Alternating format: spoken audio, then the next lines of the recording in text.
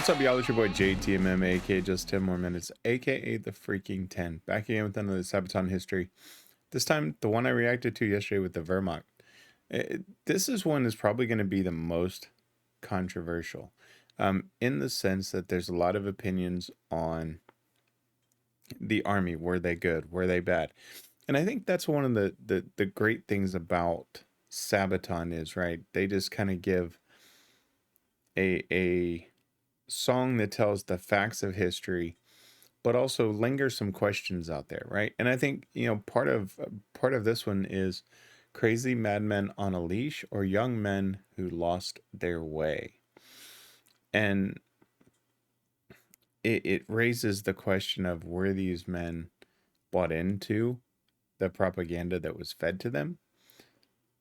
Or are they just, you know, did they truly believe in what he was saying, or did they just fall victim to it and, you know, kind of get brainwashed? I guess was really the easiest way to put it, right? And that to me is just the I guess I'd never really thought about, right? You always just think about the army and them following the orders, but then that's what it is, right? They're following the orders. And it says, what about the men executing orders? I don't know, because I wasn't them, right? I wasn't there. But it just throws that question, and it's like, you know, we never want to necessarily see the evil in people unless it's just blatantly obvious. And I think, I'm not quite sure how many people would defend Hitler, but that was evil, you know, in my opinion. And then you start thinking about the guys under him. And I asked the question the other day in one of the videos about, I think it was the general, right, that was trying to save the people of Berlin, where you saw that good in him say, I've got to save the people. It's not about the Reich. And so you really, you know, you take that to some of the lower levels, and what were they doing? You know, were they doing it because they believed in what he said, or because they felt they had to? And it's an interesting question. And, you know, quite honestly, we'll never know, right? Other than some of maybe the archives that may be found that give a soldier's opinion at the time that were documented, it's always going to be a debate of following orders or, you know, lost their way, as they said. So, that being said, I am very, very interested to see this. They may blow everything I just said out of the water. Wouldn't be the first time. I try to stay humble. I just kind of give an opinion. I could be right or wrong. It's all an opinion based, right? It doesn't bother me. Well, let's check it out. I'm Indy Nidell, and this is Joachim from Sabaton. And this is Sabaton History. Yeah.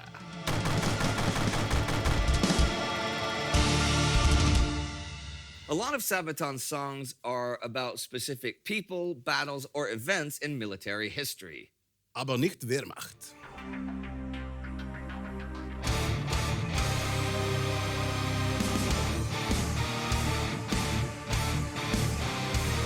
One of the best openers. From March 1935 onwards, Adolf Hitler stopped secretly rearming the German military and instead openly announced that he would put an end to the restrictions of the Treaty of Versailles. He would reintroduce conscription, expanding all three branches, the Army, the Kriegsmarine, and the newly established Luftwaffe, building a powerful new German Wehrmacht. From a force of 100,000 men in 1933, the Army would swell to 2.6 million in 1936. But this was just the beginning of a radical transformation.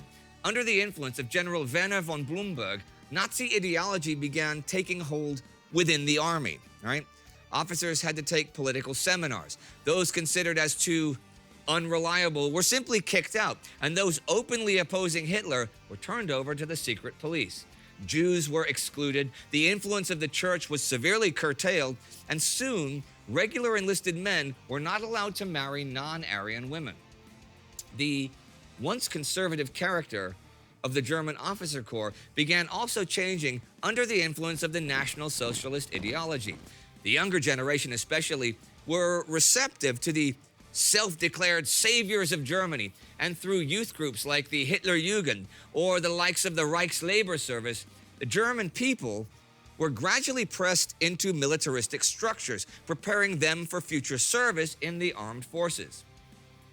Much of the actual German army principles came from the experiences of the Great War. Squad techniques revolved around the firepower of the machine gun, and the stormtroop tactics favored aggressive action with extensive physical training and military drilling.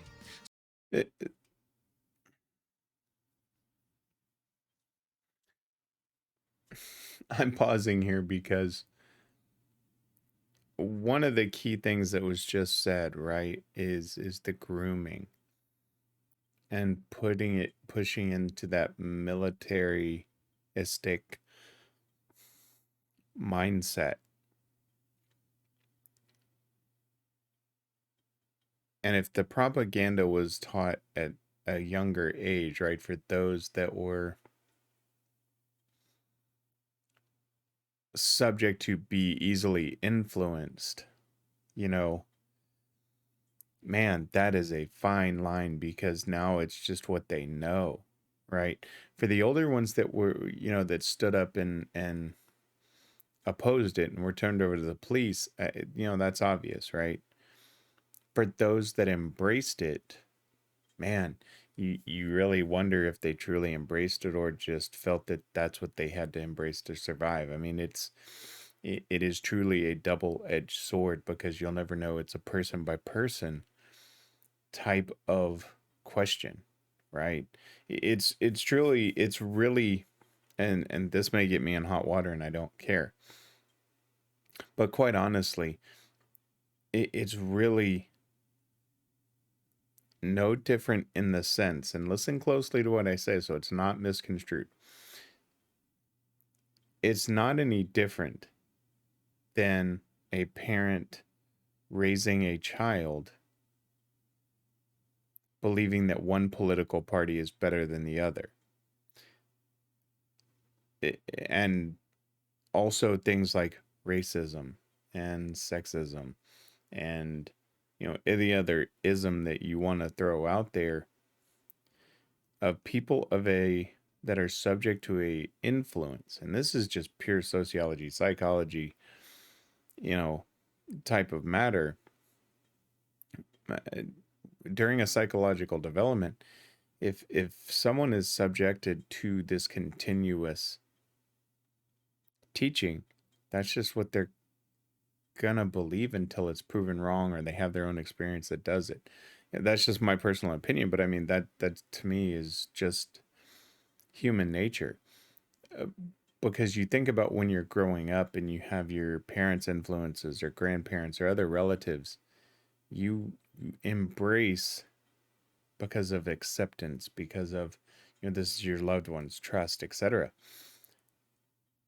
And really, I mean, if this is what you're being fed and that's what you accept and that's what you believe in based on that propaganda, I mean, man, that's a freaking double-edged sword. But it's no different in, you know, hey, this is the best basketball team or this is the best football team. Now, again, don't misconstrue. I'm not talking about, you know, that what they were doing was right. I'm taking the psychological part of it, of, you know, as a parent, you instill certain things into your kids, and so that they grow up believing that, whether it's work ethic, whether it's how important school is. You know, they obviously took it to the extreme with, you know, the belief in the Aryan brotherhood, or not necessarily the Aryan brotherhood, but just the Aryan race and being superior and wiping out everybody else and all the other stuff. They took it to the extreme. But from a pure psychological development standpoint, for those younger generations, that's their leader. That's who they trust. That's who they've been, I hate to use the word forced, but, and yeah, it is a very controversial thing. And I'm just thinking about the psychological effect it had on some of these kids, and that's just, that irritates me. All right, let's keep going. Strong emphasis was placed on the NCOs, flexible independent thinking, in what the Germans called Auftragstaktik, mission-type tactics, allowed the lower officer corps to improvise according to the situation at hand, to keep the tactical initiative in battle without having to follow strict orders that may be outdated or unsuitable. Another key factor was the effective use of combined arms doctrine. While its infantry units varied in quality, the Wehrmacht's most formidable force and the backbone of its offensive capabilities was to be armor. It was an impressive leap from simple training with dummy tanks and tractors in the 1920s to the most sophisticated and advanced tank doctrines in 1939. Panzer divisions were mini armies in and of themselves, supported by motorized infantry, pioneers, reconnaissance units, and artillery. They could operate independently and exploit breakthroughs on their own, supported by the Luftwaffe, who would provide close air support. The fundaments of the tactical system that the Allies would soon experience as Blitzkrieg were carefully prepared. The ability of the Wehrmacht to consequently adapt and improve itself through experience and new weapon systems set it apart from other armed forces in the world. From the rather simple Mark I and II tanks to the mighty King Tiger and Panther tanks in the late war years, they were very capable of improving on their designs and further pushing the technical boundaries of what was possible. The soldiers had high-quality weapons, gadgets, and explosives with which to take on the enemies of the Reichs. Motorized Panzer Grenadiers, elite parachute, and resilient mountain infantry troops were trained and led with the utmost combat efficiency in mind. So they were free thinking in the sense of once you're on the battlefield, right? As he said, those lower level troops were able to be free thinkers and adjust and improvise, right? And it's a very similar tactic, I would say, or modus operandi, whatever operating method, whatever you want to call it, of what, they talk about in the military today across the world, not multiple militaries, right? Identify, adapt, overcome. I think that's the Marines. I never served, so I apologize if I misspoke on that, but I believe that's the Marines, but it's identify, adapt, overcome. And that's something that I actually instill in my kids is you have to identify the facts of a situation. You have to be able to adapt and how you're going to react to it to overcome it. And so that to me is not unique to them. It then raises the question back to the original part of if they're free thinking in the war and they gave them that ability to free think, then, could they be just outright supporting it? I don't know. That's the double-edged sword of this. And I probably contradicted myself 100 times with what I was saying earlier, but that's the battle going on in my head of this is truly what, did they believe in what they were fighting for? And that's, and it's not, it's not up for me to decide. It's really not, it's all opinion, right? Until you see a document, and I'm sure there's maybe some out there, and y'all can direct me to those. But unless one of us actually knows somebody who said it or it's documented somewhere, we're honestly just giving our opinions. And this is controversial, so please, in the comment section, just be respectful of each other. That's all I ask. We can have comments and back and forth, and I'm sure I'll contradict myself 100 times, and that's what happens in my brain. I do try to play both sides of it to understand where that truth can lie in the middle. And I think, honestly, that's what this is. I think there were some that did, and I think that there were some that truly fell victim. And I think that's the beautiful part of this song is crazy madmen on a leash or young men who lost their way. I think it was a mix. I honestly do. But that, again, is just an opinion. This is fascinating. I had never really learned about the Wehrmacht before. But yeah, this is utterly fascinating. If it came to war, they would break the enemy and break them fast, achieving breakthrough with a series of devastating hits.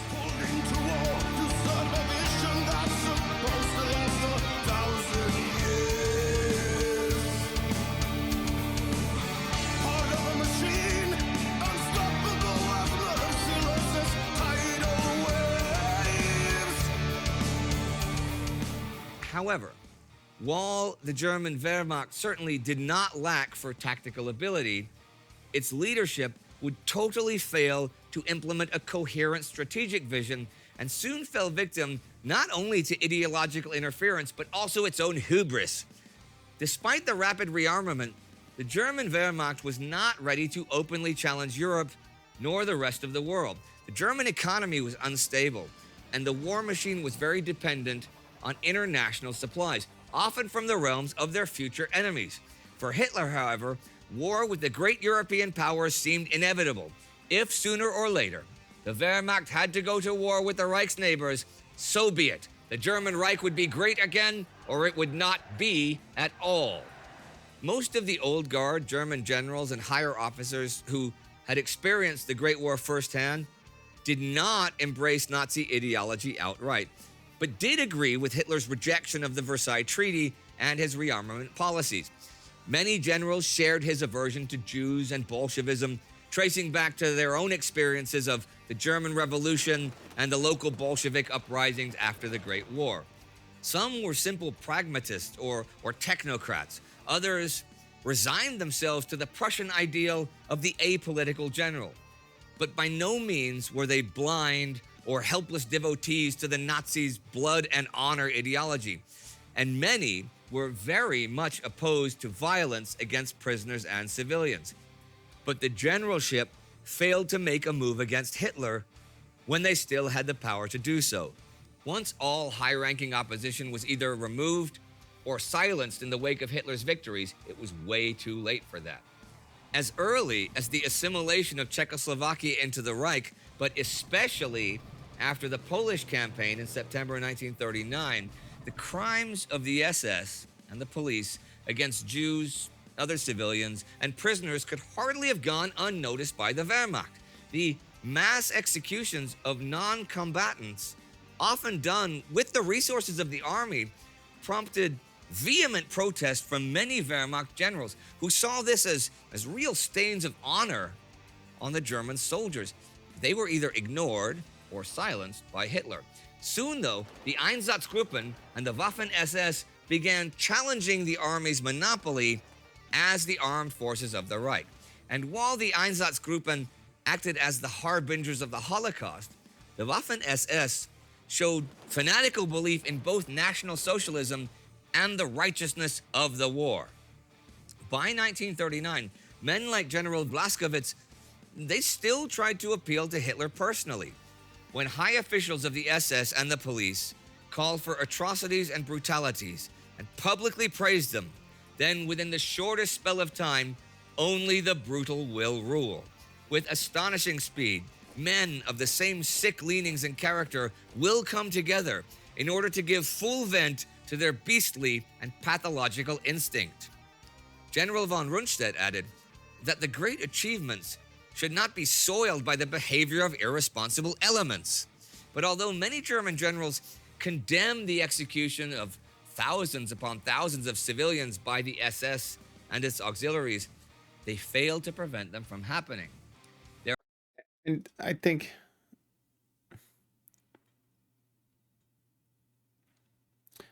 you see that today. Not to this extent, please, again, don't misconstrue what I'm saying. But so many times in the littler things, right? You always hear about how leadership failed. You always hear about how this group failed or that group failed to protect what they were there for. And I think you could say that about whether it's a political party, you could say that whether it's the church, you could say that whether it's just an organization. We hear that all the time, right? Leadership failed us. You hear that about all of these abuse scandals in the colleges or sports and all of this stuff. And they talk about, well, leadership failed us. They knew it was going on. You could say that about people like Jerry Sandusky and all of that.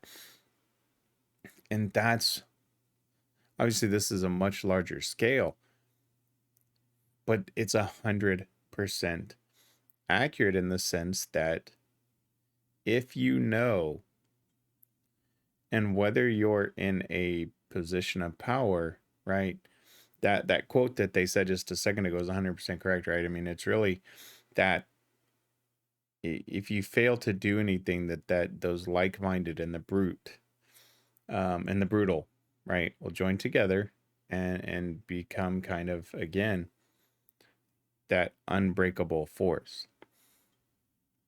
And to have them do that to civilians, and obviously, you know, the atrocities that were carried out during the Holocaust, that was just pure evil. I don't know how else to say it. You can look at it and say, you know, they were following their beliefs, but those beliefs were crazy.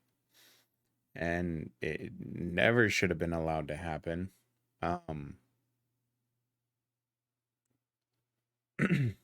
But it makes me question. Again, it goes back to that double-edged sword of there. I'm sure that there were people, as we're hearing, right, even in leadership positions, that were against what they were doing against the soldiers, against the civilians.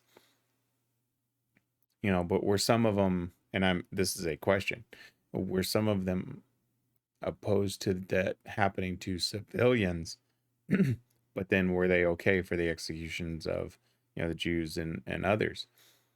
Again, it's all a matter of opinion at this point until you actually hear stories of kind of the breaking of Hitler's thoughts and beliefs. This is utterly fascinating. Their moral objections did not turn into action, and the Wehrmacht became slowly but surely an accomplice to those crimes. These spectacular victories in Poland, Scandinavia, and especially France further helped to silence the internal critics. By 1941, Hitler and the Nazis were at the height of their power and approval, and Hitler had pardoned all excesses that the German army had committed during the Polish campaign, and further gave Heinrich Himmler and the SS more power to reorder the East. Were they the victims of the time, or grow parts of larger goals? Propaganda of the Reich, masterful machine.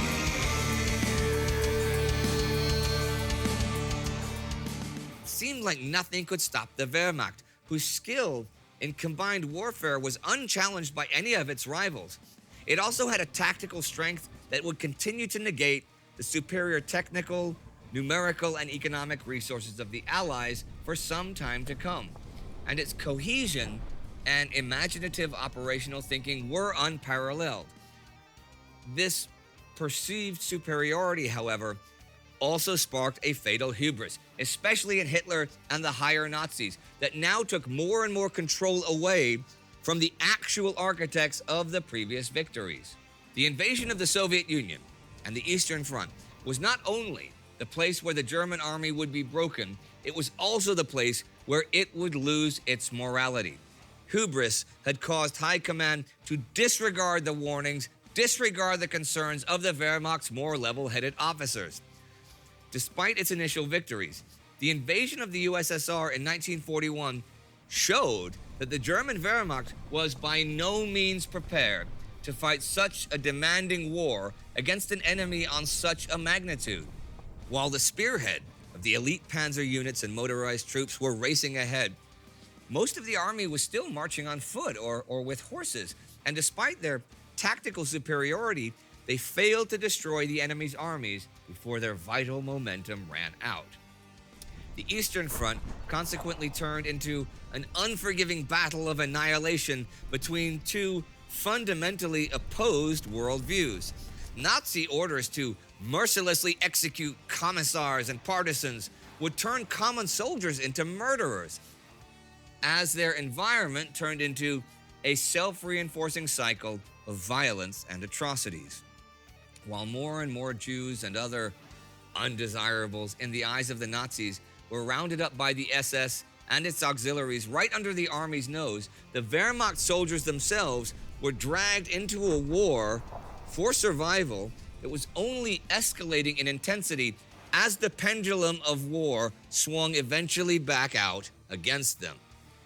Year after year, as victories turned to defeats, the soldiers began to fight less for Hitler's grand design and the so-called righteousness of the crusade against Bolshevism, but instead for pure survival, for the comrade next to them, and the safety of the fatherland, retreating from the revenge of those that had suffered at the hands of Nazi crimes. They fought on until their backs finally broke.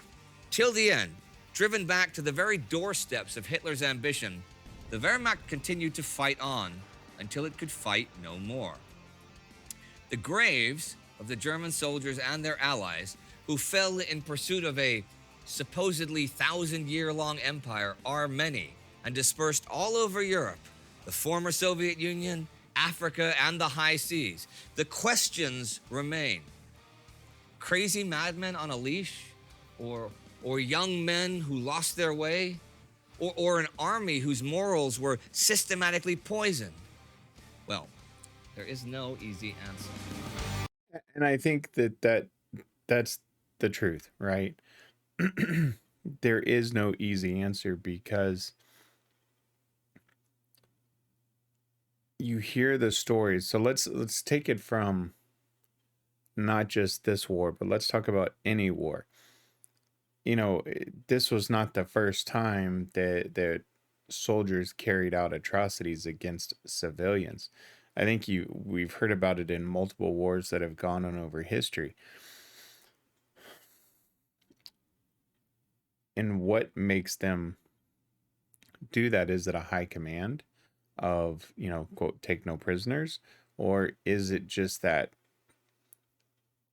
maybe self-empowerment is the wrong word, but that feeling that they can get away with anything, and bringing out the evil within?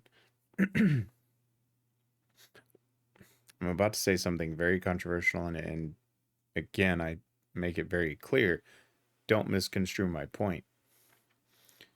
But if you take a look, and this doesn't apply to every soldier that enters, but if you take a look at a lot of serial killers, a lot of them join the military, right? Whether forced to, just because of bad behavior, or because they felt like they needed some type of structure, whatever it was. Now, 99% of them were quickly removed.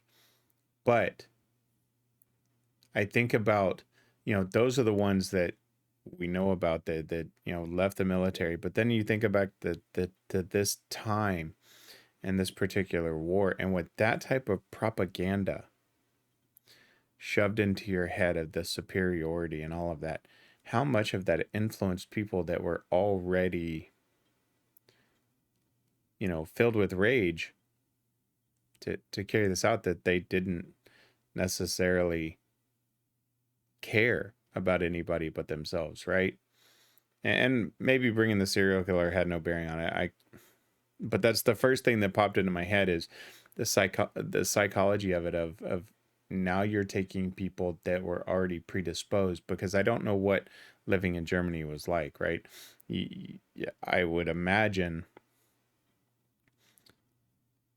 that you had the same type, people are people, psychology is psychology, and you would have hard times, and you'd have those families where parents were mistreating kids, and so the kids would rebel and do the same things that would happen all over the world with that type of family structure falling apart or being dysfunctional, etc. Psychology is psychology. And so then for them to join this and find these people that were for the brutality, they found a place to fit in. But I think it's truly a double-edged sword. It is truly, I think it's a true mix, and I think Indy's right. You had some that believed in it, believed in what Hitler said, embraced it, and wanted to serve him and serve him proud, and believed in what he was saying. And then you had those that were forced into it. I think it truly was probably a mix. Just opinion. This one's fascinating to me because it does raise some controversial questions. and ignore my part about the serial killers, but that, I think what I was going for there was more of a point of the mentality of young men that may already be predisposed to violence, having a place like this where they could carry that out. I think that's more of what I was going for with it. That they were able to then live that out. I mean, this is freaking just fascinating. And I'll contradict myself probably 100 times. Again, my brain just battles back and forth and I just say what's there. Racing madmen on a leash for young men who lost their way. Grand illusions of the Reich, blazing real at times. Well, those are good questions, you know? Yes. I'm sure that you guys have your own answers, and I'm sure that you'll write them in. And I know that's quite controversial, right? Very, yeah. I mean, we got some shit for that song, both from, well, Germany and Poland, actually. Specifically Poland, not... Yeah, because we had some song about talking about, well, Polish heroism and bravery. We do have that on, you know, from several countries, not only Polish, you know. But 40 to 1 was the first episode. Yeah. And it was actually a column in a national magazine questioning how we could do such a thing. In Poland? Or? In Poland, yeah. Okay. How could Sabaton possibly even ask those questions, you know? And I think questions are always good. You should never be afraid to ask questions. Never be afraid to ask should questions. However, be very, very, very, very, very fucking careful about claiming facts or saying this is the way it was. But asking the questions, it's a healthy thing to do. Well, one problem with that was specifically claiming the facts. Like when we talk for a song like Wehrmacht, again, it's not about a specific person or a specific thing. You're talking about a large thing that involved millions of people. And it's hard to pick one person and say, out of all those, and say they're all exactly that specific thing. Yeah. I don't think you can do that with much of anything.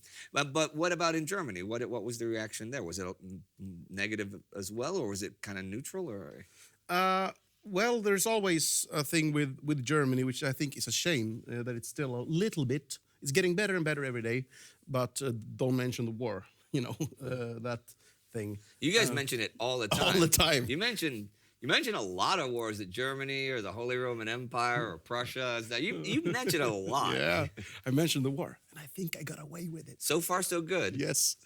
No, but it's. I think it's healthy to talk about those things. It's healthy to ask these questions, actually. It being controversial, yeah, maybe it is. But hell, if you don't ask the controversial or uncomfortable questions, I don't think we'll learn anything. It's. He's very true in that, and controversy creates clicks, right? It's what a lot of TV producers and such will look for because it creates the interest, right? And that's where I think the secret to one of the secrets to their success is they ask the questions that nobody is wanting to ask, and they generate this interest, right? You hear people in Poland were coming out saying, how could you do that? Because that was coming from their perspective with the atrocities that were committed against them, right? And I'm sure there were many more countries that did that exact thing. But again, as Indy said, right, you can't necessarily specifically point out 2.2 million and say all of them thought this way, right? And that's where the double-edged sword comes in. And nobody can deny the atrocities, right? I mean, I think we could all be united, and the majority would say what they did was they carried out a lot of atrocities, right? War is war, but when you get to the non-combative or the, civilian approach and just blatantly doing that, that's, to me, that's where it draws the line. Engaging in war with a soldier versus engaging a civilian, that's just murder and execution, in my opinion. So I could definitely see from multiple countries' perspectives the controversy that they're talking about. But I think at the same time, when you say that, you do have to look at the facts of, could you say every single one of them wanted to be there? And you'd have to do it on a case-by-case basis. And that's the beauty of the controversy itself, is it sparks the debate between people. And that's the one thing, I've never seen in my community is hatred for one another with your discussions, even on sensitive topics.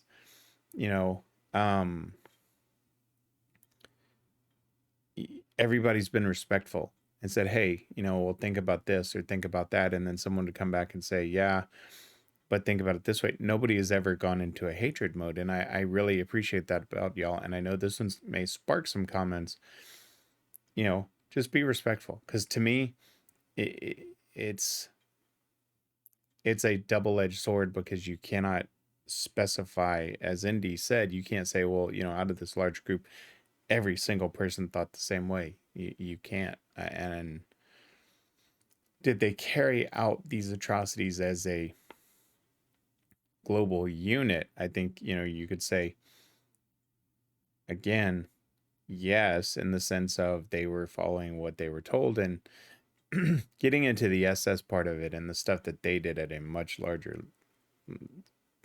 scene, as they pointed out, right, that a lot of this was happening under the Army's eyes, in the sense they knew it was going on, but they weren't doing anything about it. I mean, that's enablement 101. But again, did they feel they could? I mean, that's the controversy in the question. You'll end up going back and forth in your head of this and that, like you're seeing me do live. I mean, I don't edit, so you're seeing me go through these internal struggles of these thoughts, and it comes back to, I don't know. It's not for me to decide. It's history, it's done, and the only thing you can really do is look back on it and say what your opinion is. Were they this? Were they that? And yeah. Very controversial song, but I think it...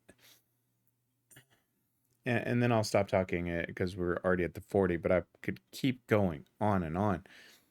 I think that's where Sabaton plays a key role in this, is when they ask these questions, they themselves are not picking a side. They're laying out a lot of facts, right? That they were part of a machine, though stoppable, as merciless as tidal waves.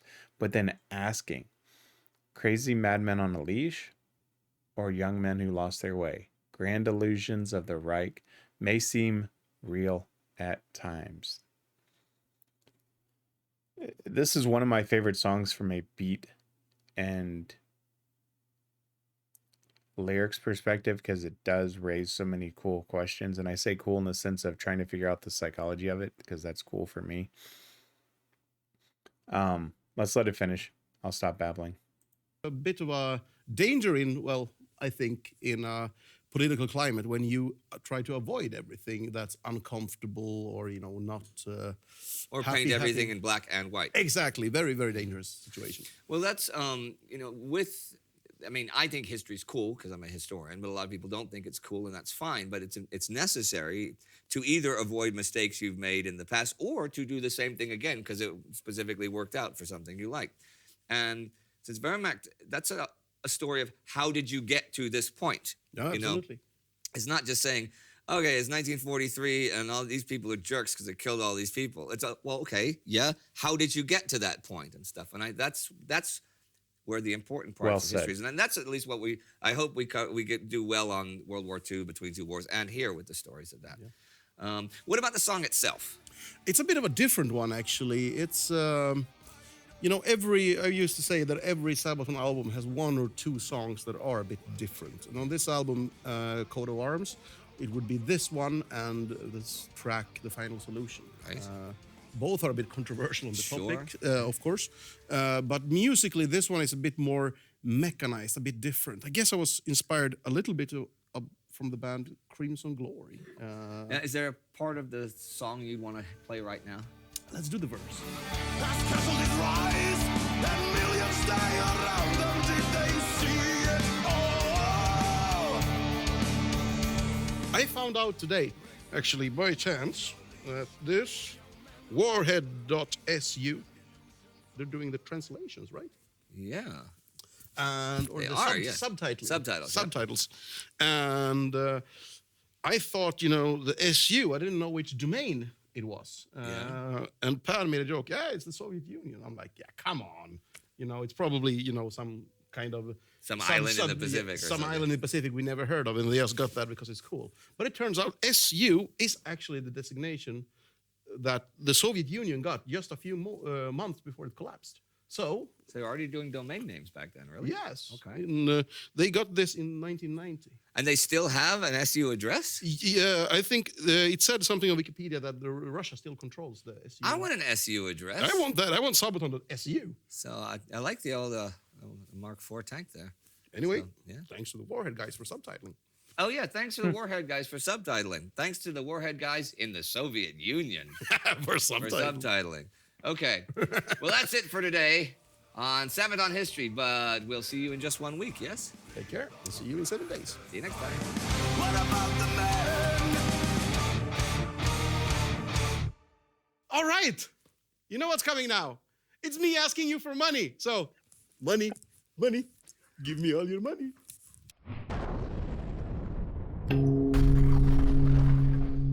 Boy, I bet that really just... I bet that rubs some people the wrong way. To create the controversy, and then... Now, obviously, I mean, if you've watched Joachim enough, I mean, he's probably... To me, I see his personality as just being one of the, nicest guys. But, if you pissed him off, you probably wouldn't want to be in his path.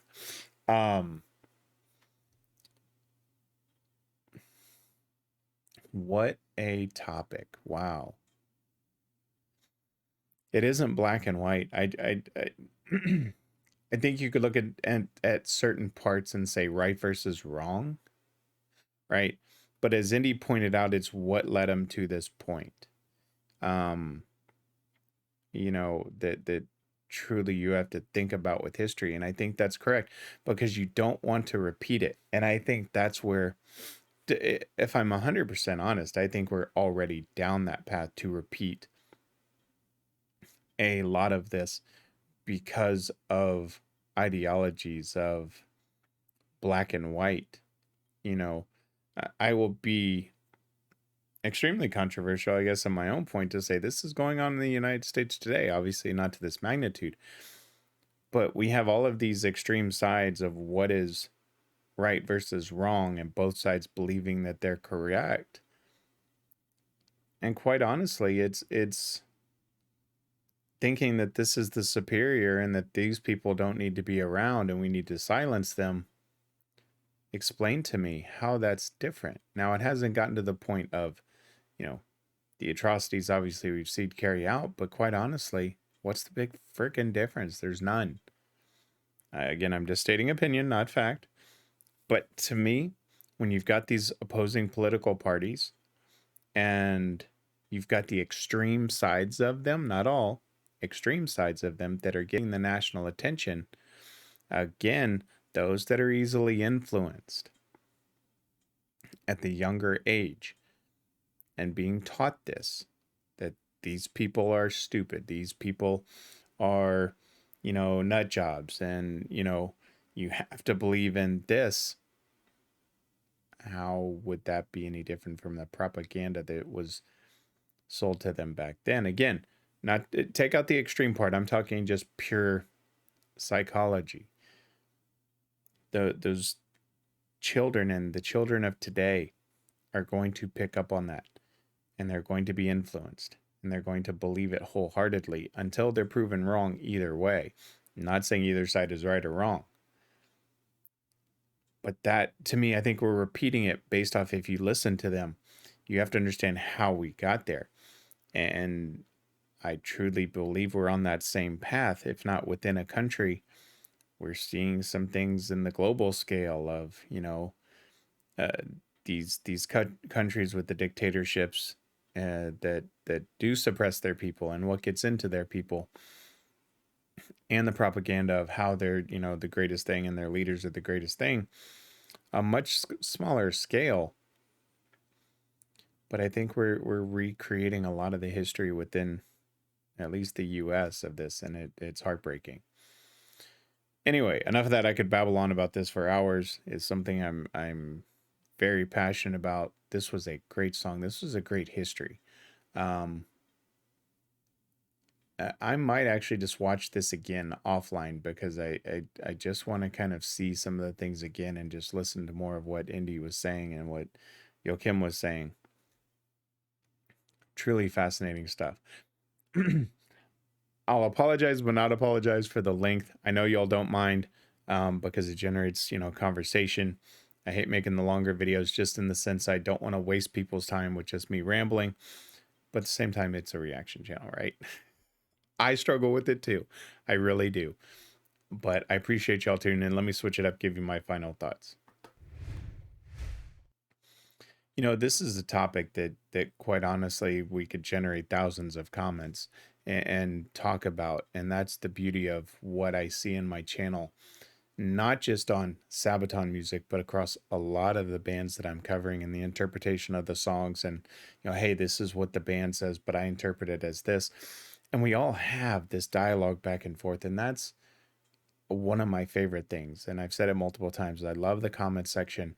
I love the interactions between everybody and seeing we're all getting along. We're all treating each other respectfully and just bonding over music without bringing in the bullshit that we see in today's society of, this hate from every side of you're right, you're wrong. It's just, can we just find a middle ground? And that's what I love. I truly do. I'll say it, until I die, that's the beauty and what I'm trying to promote across my channel is that we can agree and get along without the bullshit that we see today of the hatred. It's just ridiculous. Anyway, let's close this out. If you like the video, let me know. Hit the like button, leave me a comment, let me know what you thought. As always, if you like the content I'm putting out, hit that subscribe button. Y'all are continuing to do that every single day. Again, and YouTubers will say this, that 90% of their viewers are not subscribers. Hey, if I earn your subscription, great. Means I'm doing my job. If you want to see more of what I'm putting out until you make that decision, I've seen people go in and say, hey, I've been here, but now you've earned my sub. Great. If not, just keep tuning in. Subscribers are great in order in the long term to build things. Let me earn it. That's all I ask. If I can earn it, great. If not, hey, you don't have to like everything that people put out there. It's not a requirement. So if I do, great. If not, hey, just come check it out. See what my thought is. Drop me a comment. That's perfectly fine as well. If you want to support me in other ways for the time that I'm investing in this, you can go to buymeacoffee.com/JTMMTV. That's great as well. Always appreciated, never required.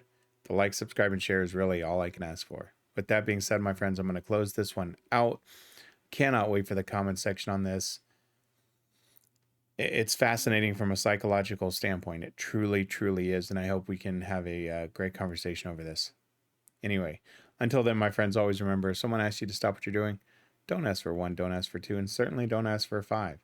Someone asks you to stop what you're doing, always ask for just 10 more minutes. I'm JTMM. I'm out.